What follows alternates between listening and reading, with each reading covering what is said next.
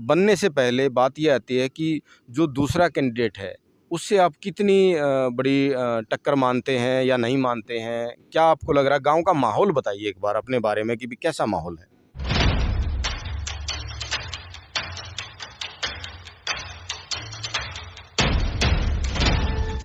चौहान जोशी गांव में जो सरपंच पद की उम्मीदवार हैं शशि चौहान जी, हमारे साथ वे मौजूद हैं। सभी को मेरा नमस्कार। मैं शशि चौहान चौहान जोशी से महिला सरपंच पद की उम्मीदवार। आपका स्वागत है हमारे चैनल पर और हम जानना चाहते हैं आपसे कि आपने ये सरपंच पद पर चुनाव लड़ने का फैसला क्यों लिया? जैसे कि अगर सरपंची की बात करती हूँ तो वो महिलाओं में आई है। तो मेरा जो मेन फोकस रहेगा सबसे पहले वो महिलाओं को लेकर होगा। तो जो भी मैं काम करना चाहूँगी महिला की, चाहे वो शिक्षा की हो या रोजगार की हो, तो सबसे पहले मुझे उस पे काम करना है। और जो भी गवर्नमेंट स्कीम लेके आती है, चाहे वो महिलाओं की रोजगार की हो या उनकी हेल्थ से रिलेटेड हो या और भी जो भी हैं, तो मैं ये चाहूँगी कि उन सब का लाभ जो हमारी ग्रामीण महिलाएं हैं उनको घर बैठे मिले। बहुत बढ़िया। सबसे पहले जो है ना महिलाओं को लेकर के जो है ना कार्य करेंगी। क्या महिलाएं महिलाएं हैं गांव में, तो जो पुरुष भी हैं जी?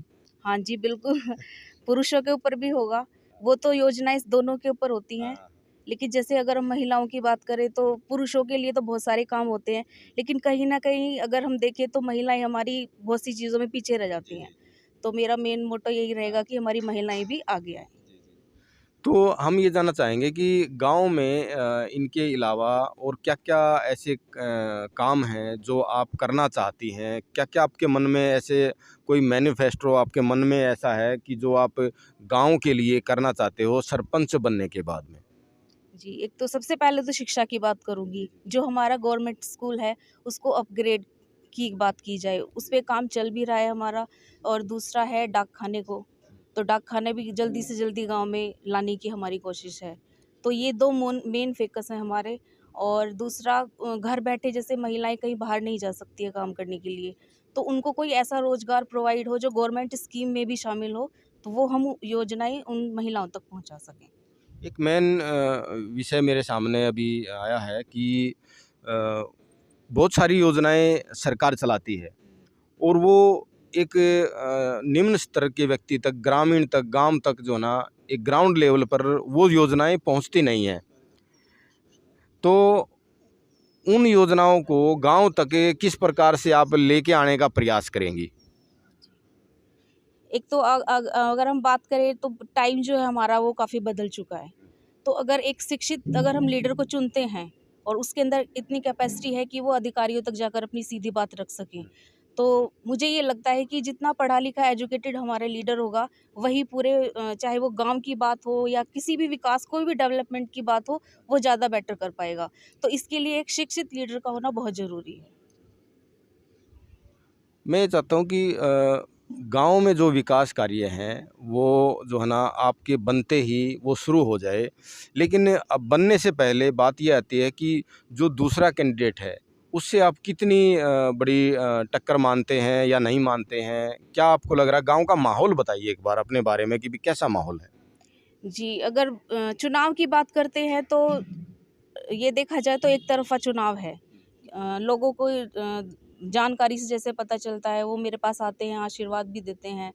तो उनके सारी चीज़ों को देखते हुए वो समझ चुके हैं कि जो एक गाँव का विकास कर सकता है, वो एक मेन वही शिक्षित है, शिक्षित। शिक्षित उम्मीदवार। हाँ, शिक्षित उम्मीदवार ही। और अगर गाँव मुझे इस पद के लिए चुनता है, तो मैं अपने काम को पूरी ईमानदारी से, पूरी निष्ठा से, बिल्कुल सेवा भावना से पूरी अच्छी तरह से निभाऊँगी। और मेरी कोशिश यही रहेगी भविष्य में भी कि मैं उनको मतलब किसी भी शिकायत का मौका ना दूँ, अपने काम को बहुत अच्छी तरीके से करूँ। अब आपको इस वक्त ग्रामीण आपके जो चौहान जोशी के जो ग्रामीण हैं वो इस वक्त देख रहे हैं, उनसे आप हमारे चैनल के माध्यम से क्या अपील करनी चाहेंगी और क्या ऐसी बात कहनी चाहेंगी जिससे वो आपको वोट दे करके आपको ही सरपंच बनाएं? इस चैनल के माध्यम से मैं अपने गाँव वासियों से सिर्फ़ यही कहना चाहती हूँ कि चुनाव करते समय वो ये ध्यान रखें कि वो चुनाव किसका करने जा रहे हैं। एक शिक्षित उम्मीदवार, पढ़ा लिखा उम्मीदवार ही उनकी जो गाँव है उसका विकास कर सकता है। और एक बार किया गया हमारा जो गलत चुनाव है, कहीं ऐसा ना हो हमें भविष्य में काफ़ी समस्याओं का सामना करना पड़े। तो मैं अपने गाँव वालों से यही करना चाहूँगी कि ईमानदार, पढ़े लिखे और सच्चे जो व्यक्ति हैं उनका चुनाव करें। बहुत बहुत धन्यवाद हमसे बात करने के लिए। और हमारे साथ में शशि चौहान जी के पति दिनेश जी भी मौजूद हैं, उनसे भी हम आपकी बात कराते हैं कि उनके क्या विचार हैं। तो हमारे साथ में दिनेश चौहान जी मौजूद हैं। जी नमस्कार। जी नमस्कार गौतम जी। सबसे पहले मैं आपको गांव चौहान जोशी की धरती पर पहुंचने पर सादर नमस्कार करता हूं और आपका स्वागत करता जी हूं। धन्यवाद आपका।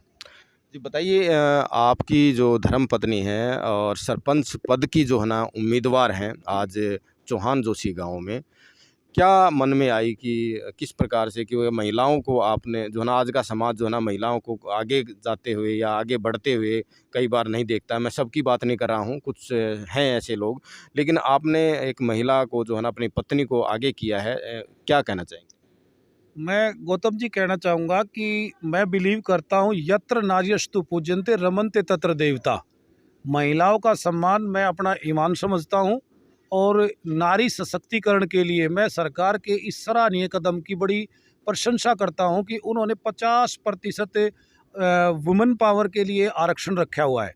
इससे मैं बड़ा खुश हूँ कि मेरी पत्नी आज गाँव चौहान जोशी से सरपंच पद की उम्मीदवार है और मुझे अपनी पत्नी पर पूर्ण विश्वास है कि वो गांव की समस्या को किसी भी सरकारी ऑफिस में किसी भी अधिकारी के सामने बिल्कुल प्रखर रूप से अच्छे ढंग से वो रख सकते हैं, क्योंकि आज वर्तमान में भी नैन्सी शिक्षा निकेतन में एक प्रिंसिपल की भूमिका वो अदा कर रहे हैं।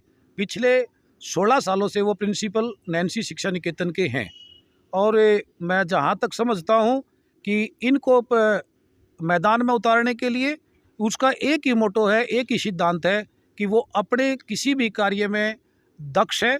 वो हर कार्य को बड़ी निपुणता से, बड़ी सजगता से, बड़ी सावधानी से करती है। ग्रामवासियों से आप क्या अपील करना चाहेंगे?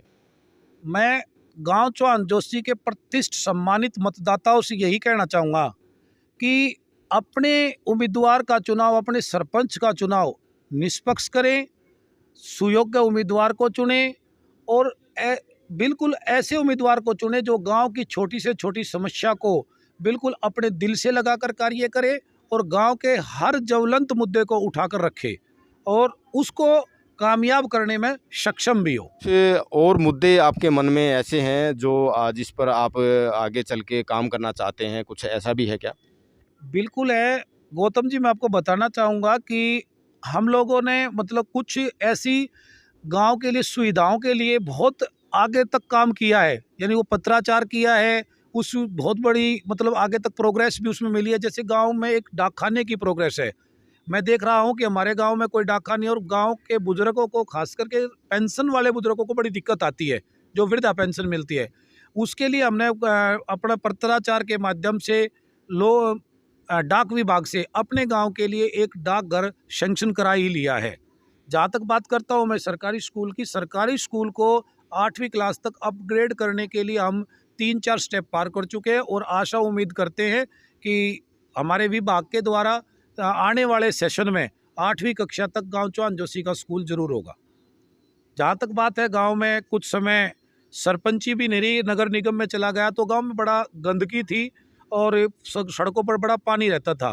तो मैंने गांव के कुछ लोगों से रिक्वेस्ट की और उन लोगों के द्वारा, जिसमें मैं नाम लेना चाहूँगा श्री करतार सैनी जी, ओम प्रकाश शर्मा जी, डोली चौहान जी, अनिल चौहान जी, इंद्र चौहान जी, पूर्व सरपंच सतपाल जी, डॉक्टर आसे जी और नंबरदार संजय जी और नरेंद्र चौहान जी और हमारे बहुत सारे मदन लाल चौहान जी, भगत सिंह सैनी, मनोज सैनी, जय भगवान सैनी, इन सब के सहयोग से, संतराम चाचा जी हमारे, उन सब के सहयोग से हमने 2 स्वीपर गांव में निजी खर्चे पर रखे, जिससे पूरे गांव की साफ सफाई कराई जाती है। और मेरा मानना ये है कि ना केवल मैं सरकार से ही अनुदान से कार्य करूँगा। मैं अपने किसी भी काम में अपने गाँव के विकास के लिए, अपने गाँव के अत्यधिक लोगों को जोड़ करके, सभी लोगों को जोड़ करके, सभी प्रकार के कार्यों को बहुत अच्छे ढंग से करेंगे। और मुझे ऐसा लगता है जब हम किसी भी व्यक्ति की किसी कार्य में साझेदारी करते हैं तो उसमें ज़्यादा सुदृढ़ता आती है और ज़्यादा से वो अच्छे तरीके से काम होता है। बहुत बहुत धन्यवाद। बहुत ही अच्छे विचार आप दोनों के लगे हमें, और इसी प्रकार से जो है ना समाज के हित में, समाज के कार्य आप करते रहें, और हमारी शुभकामनाएं आपके साथ हैं। जय हिंद, वंदे मातरम। ज़्यादा से ज़्यादा इस वीडियो को शेयर करें और जानें कि इस प्रकार से शिक्षित और पढ़ा लिखा जो उम्मीदवार है, सरपंच पद का चुनाव जो है ना लड़ रहा है। बहुत सारी चीज़ें आप देखते होंगे कि एक अनपढ़ और गँवार या किसी को भी ऐसे व्यक्ति को जो है ना सरपंच पद के लिए जो है ना कुछ लोग खड़े कर देते हैं, और जो है ना वो आगे चल के अगर वो बन भी जाता है तो वो कुछ काम नहीं कर पाता है। लेकिन यहाँ पर एक शिक्षित और पढ़ी लिखी जो एक स्कूल की प्रिंसिपल हैं, वो इस चुनाव में खड़ी हैं। मैं मानता हूँ कि अगर पूरा गांव इसको अगर जो है ना बनाता है, इसको सरपंच पद का उम्मीदवार जो बना चुके हैं और इनको जिताता है, तो हो सकता है कि ये आगे चल कर के अच्छा कार्य करें। जय हिंद, वंदे मातरम।